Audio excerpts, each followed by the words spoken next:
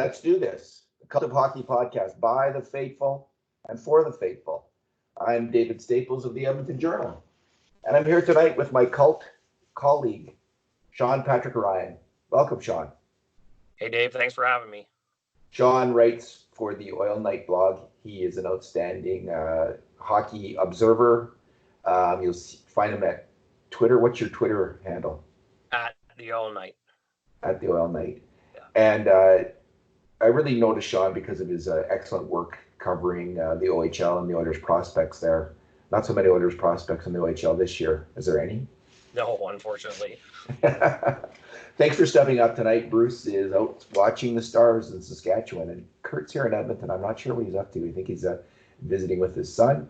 So, thanks for doing this. It's a late night for you and a rough night for all Oiler fans. It was a 5-1 loss. It was a stinker of a game. So we're gonna go through this. We're gonna do our 2 good things, 2 bad things, and 2 numbers podcast. But because there was so many bad things, we're actually gonna go with 2 bad things each. But we start out as always with our good things. What was your good thing, Sean? I think mine was the play of Nygaard. I think he played with a lot of speed. He had, I think we tracked 3 or 4 grade A chances. He, after his injury, it looked like he was a little bit slow to kind of get back in the groove of things. But I really like his determination, his intensity, skating hard every shift. You notice him out there. It would have been nice to kind of see him bumped up to the second line because I really think that line needs more speed with Nuge and Neal. But I like Nygaard's game. Didn't he get some shifts? I think early in the third, if I'm not mistaken, he might have got a shift or 2 with McDavid and Kassian. Now that might have just been because of the jumble, because of the numerous Kings power plays. But I agree. Kara had played okay though. I mean, he's coming off what was it, a 2-goal game, so you can see the reasoning, ride the hot hand. But I like the player as well. I'm hopeful that he's going to find a role on one of the top 2 lines. There's a potential, but I really like him on the checking line as well. I mean, what's not to like about? He had 2 breakaways. He had that one just bang chance, just right on the doorstep in the third. If he had only scored on one of those, and I thought the second one where he went stick side and Quick got it was his best chance to drain it, and that would have been. I think it was it 3-1 then still. Let me just have a quick look. I think it was 3-1 then, and that would have been a huge moment for the Oilers. Just looking at, it was 3-1. McDavid had just scored, and this was, it was about 9 minutes later. So the Oilers were coming on, they were doing okay, and then 2 minutes after that, we get a weak play by Caleb Jones, and the puck's in the back of the net. So my good thing, Zach Kassian. I didn't think the Oilers. There wasn't a lot of good in there. It wasn't like a terrible game from the Oilers. Actually, it was actually fairly close, and the difference was goaltending. But not a lot of Oilers were bringing their A game tonight, and I thought Zach Kassian was one of the few who did. He set up 2 of Nygaard's chances, one from behind the net, once passing it into the middle, and he was skating fast and hitting, and he didn't make. He wasn't out. He might have been on the ice for some goals against, but he wasn't one of the culprits on the goals against, as far as I could tell.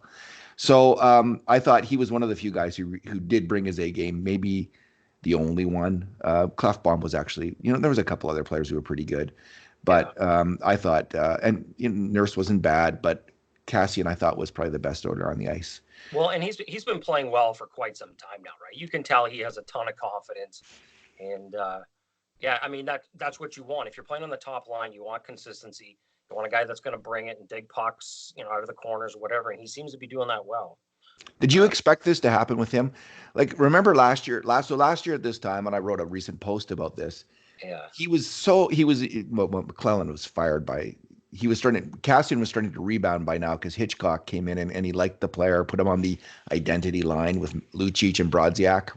What a horrible identity that was. But McClellan had press boxed him for a couple games. And I'll tell you what, people were talking about, if only we could trade the guy, but he's got that big contract. And I wasn't saying this, but some people say you can't move him with that contract. Although if someone said that, I wouldn't have disagreed, because that's how down in the dumps we were about Kassian. What was your take on him at the time? Well, I mean, as far as the lineups go, I've probably put out 1,000 different line combinations. So maybe I did have him there at one point, and then I changed my mind 2 days later, right? Oh, Well, with McDavid and Draisaitl, you mean you might have had that once? I'm sure I did at some point. You said put up your Yeah. hand, but I mean, realistically, I think Oilers fans, I think we all kind of hoped he could be in that Tom Wilson role. And I mean, if you just look at complementary skill sets, it kind of makes sense. He kind of brings the aggression there, and he's got the speed to keep up. Did I think he'd be doing as good as he's doing right now? Probably not. And I'm still not 100% convinced he can do it for the whole season. But yeah, I mean, he's been a great complement to that line. So can't really I complain. never thought he'd be that consistent as he is now. I never thought we'd see game in, game out this kind of effort, and we're seeing it. So good for him. Like he's to do that. I think you have to figure out a few things. You have to figure out your schedule, your body, your head. All those things have to come together. If you can because it's a grind, the NHL season, and so for him to do this is really impressive. Good for him. Mm-hmm. Bad things. What's your first bad thing? How much time do we have? I wish you would have me on have me on one where we win, but we'll. Well, we'll do that. Yeah. I've graded 4 games in a row where the Oilers have lost, so people are going to start turning on me like I'm going to be the what's that on the boat where the person's considered bad luck, and they when things are going bad on those old sailing ships, and the person would be the bad luck person, and they throw them overboard. That's going to be me. Yeah. Who's in? There you go. Right. Your bad thing. Oh, the bad thing.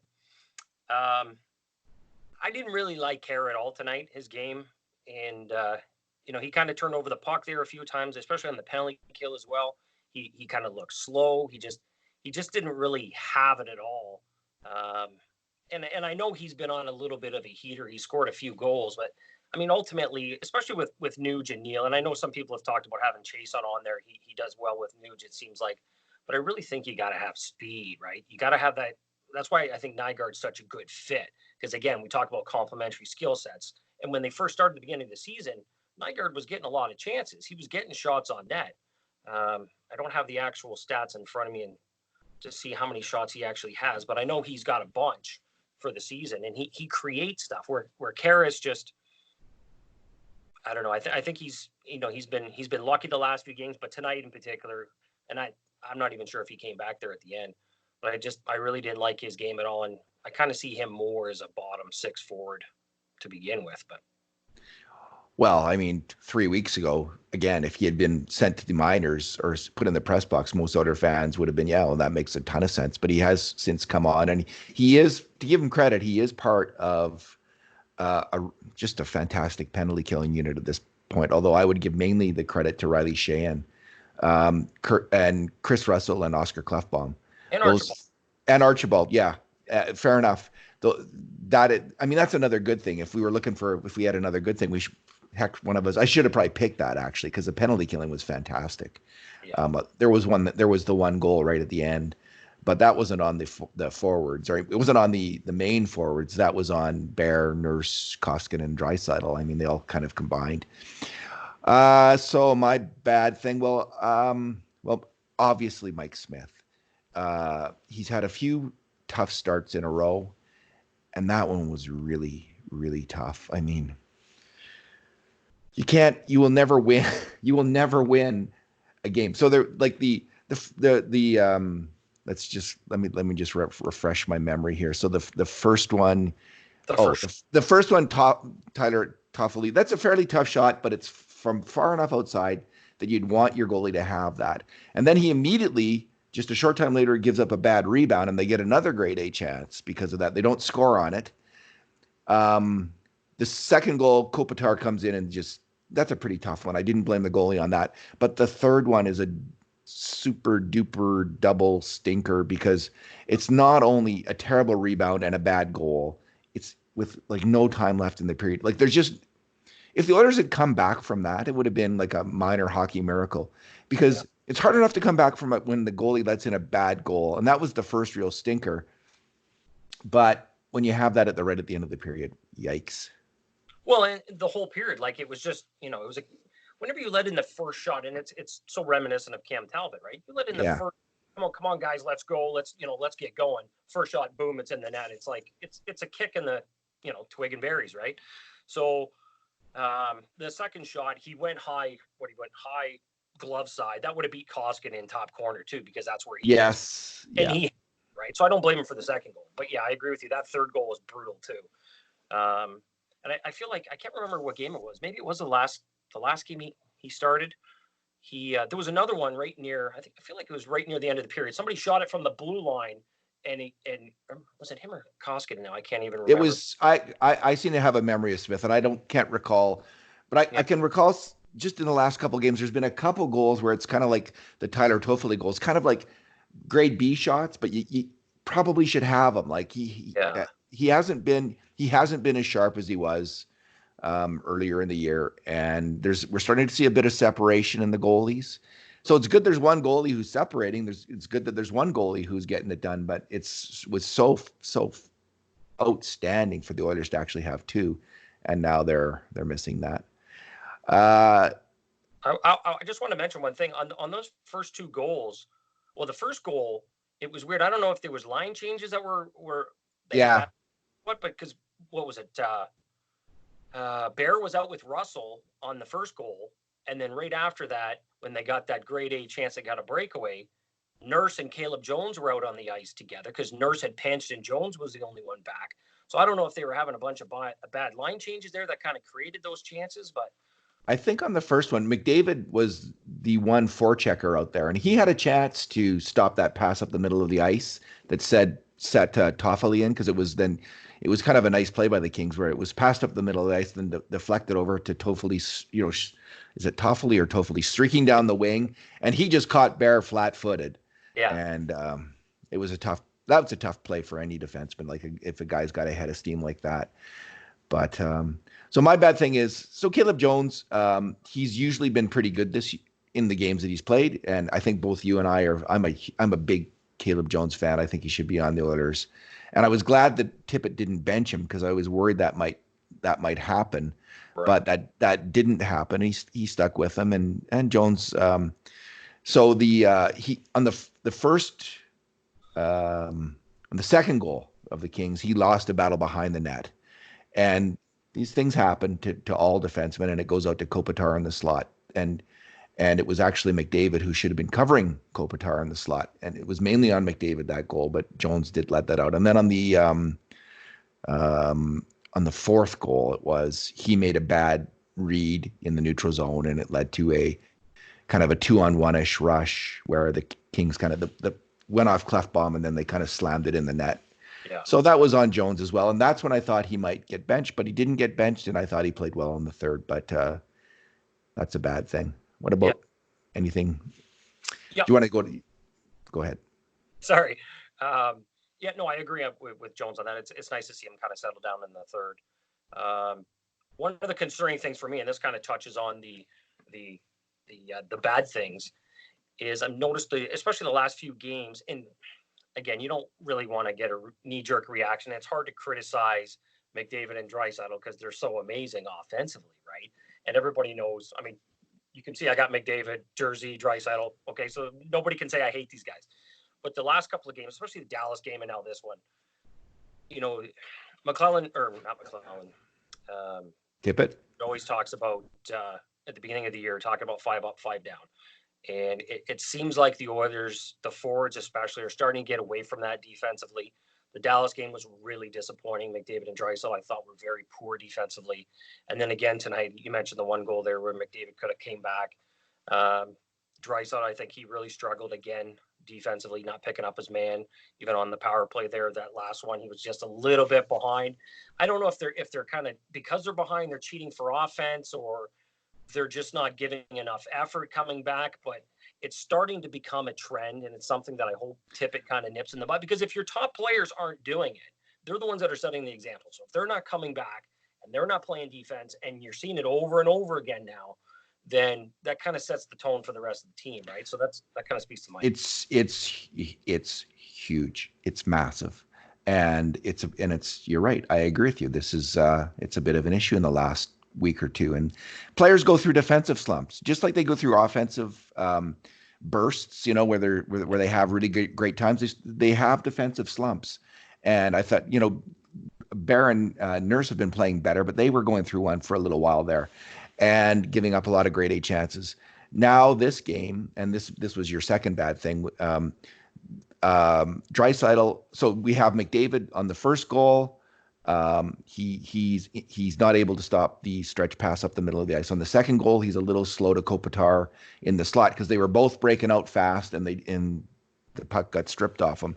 Then on the third goal, it's Draisaitl. He's supposed to be covering that guy coming down the slot, and he just lets him go, and he gets the rebound and puts it in. I think that was Jeff Carter. And then on the fifth goal, the game's over by then, but Draisaitl was again a little slow to the slot area, and the LA Kings scored again. So there you have it.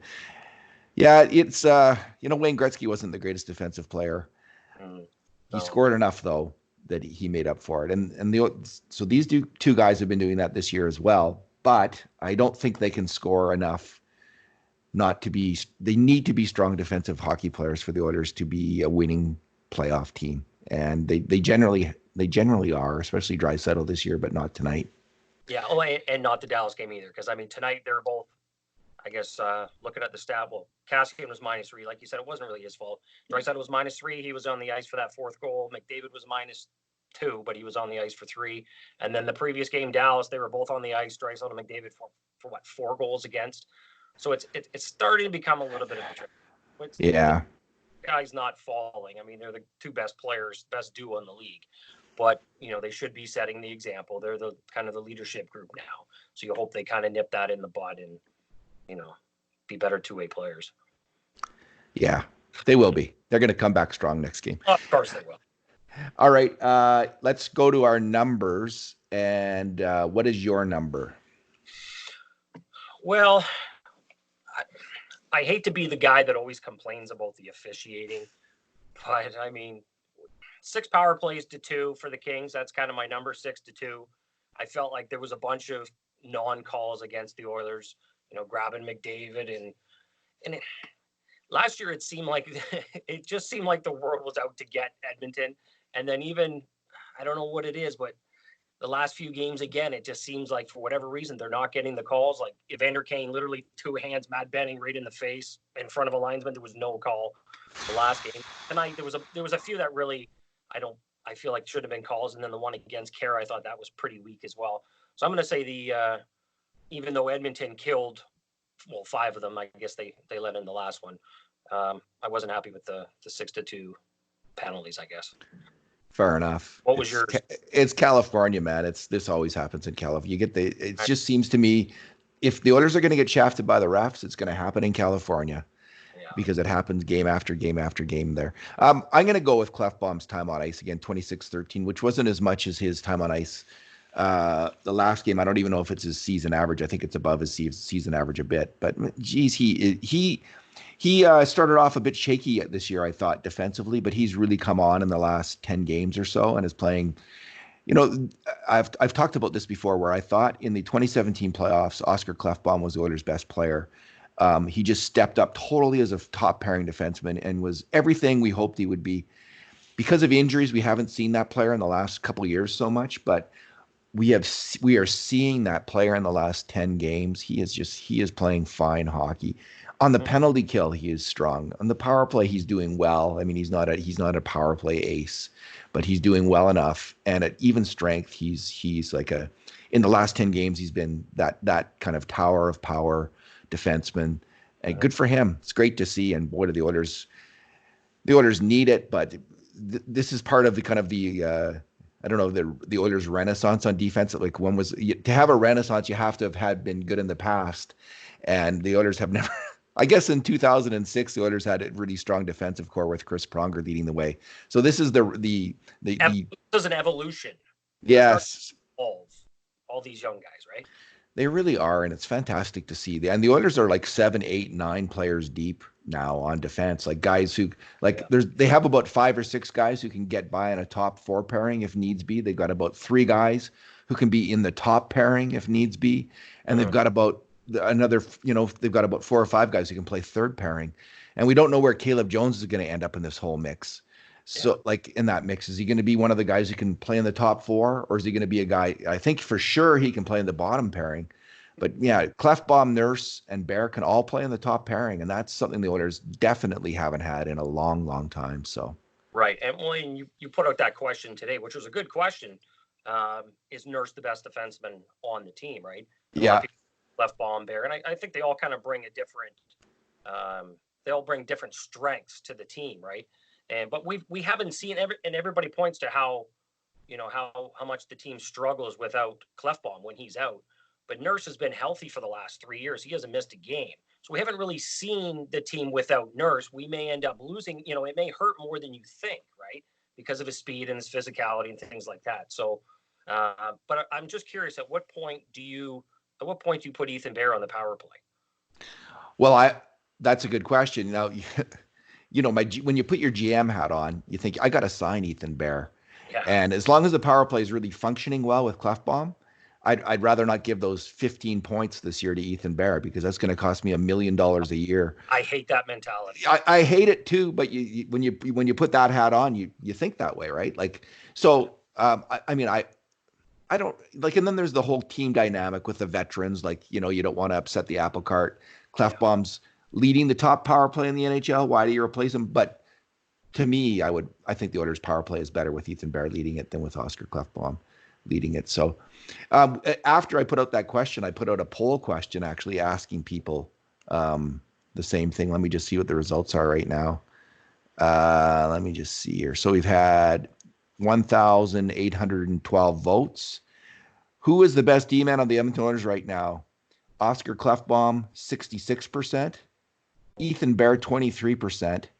Darnell Nurse, 9%. And Chris Russell, 2%. The Russell lights are out there. The player I think, Sean, that they could at least afford to lose is Ethan Bear, because both Klefbom, they have on the left side, they got a lot more depth because they have Chris Russell who can slot in on the top 4 on the left side as well. They got Nurse, Klefbom, Russell, Caleb Jones, Lagesson. You lose Ethan Bear, and man, I think you're in trouble. So I think I wouldn't say Bear's their best defenseman. I have a hard time picking between the three. I can see why people are picking Klefbom, but they can't lose Ethan Bear. Like, if he got hurt, that would be like, remember that about 10 games ago, he looked like he got hurt. And I was just like banging my head on the wall because I was so glad to see him back for the second period, because that would have been horrendous. Because who do they got for Adam Larson, top 4. Yeah, kinda, if he's really healthy, maybe. Chris Russell on his wrong side, Caleb Jones on his wrong side. I mean, they'll get by they get by, but I do not want to see that. So fingers crossed. Yeah. Well, the thing I like about Ethan Bear the most, I think, talking about, different strengths from each defenseman, I think he has the highest hockey IQ. Yes. When he's smart, subtle plays, right? And that's what you want from a top pair defenseman, an intelligent player. And, sometimes people, it's funny, the Oilers Twitter dynamic, it's so funny because there's a lot of people that there's not too many people that are pro Nurse and Klefbom. Isn't that the truth? They're either pro Klefbom and anti Nurse, or they're pro Nurse and anti Klefbom, right? And it was kind of similar a couple of years ago with Nuge and Draisaitl. A lot of people were putting Draisaitl down because they thought it would hurt Nuge, or we'd want to trade him, and then kind of vice versa. So it's just, I'm not surprised by the results, but I do agree. I think Klefbom has been the most consistent. I think he leads the league in block shots as well. He's been a horse for sure. There's no doubt about it. But I wouldn't underestimate the impact Nurse does have, and he has been playing top pair minutes. People always ripped him before, decision making, whatever. But he was playing with Chris Russell. Now you get him away from Russell, you put him with Bear. Now you kind of see a more all round defenseman, right? So I think he's been great with Bear. Like, we're seeing this kind of two-way player that's emerged in Nurse that we've never seen before. And I think he's playing his best hockey. I think you can make a strong argument that he's been the Oilers' best defenseman game in, game out, over the whole season. So I never understood the people. who were against Draisaitl. Like it didn't make any sense to me at all. Like people who talked about trading him. So I was never on team Draisaitl or team RNH. I just like, why are you guys so keen to move Draisaitl? Why are you always criticizing him and against him signing long term? That's what I didn't understand. In this case, I'm a bit more, I think, on team Nurse than team Klefbom, mainly because Klefbom has struggled so much, I think, defensively the last 2 years, but he's over that now and he's playing great hockey. So good for Oscar Klefbom. Yeah. Because in the end, we're all on, hopefully, Team Oilers. For sure. And it's the strongest defensive unit we've had in a long time, right? And if you've got Larson and Russell on your bottom pair, I mean, that's a pretty good bottom pair, right? Fantastic. It's just fantastic. And expensive. It's playoffs. If you get these guys, if they're all healthy, it means the playoffs to me. If you got 6 defensemen like that. So, and you know, if I'm completely honest, I'm itching to see Ethan Bear on the power play.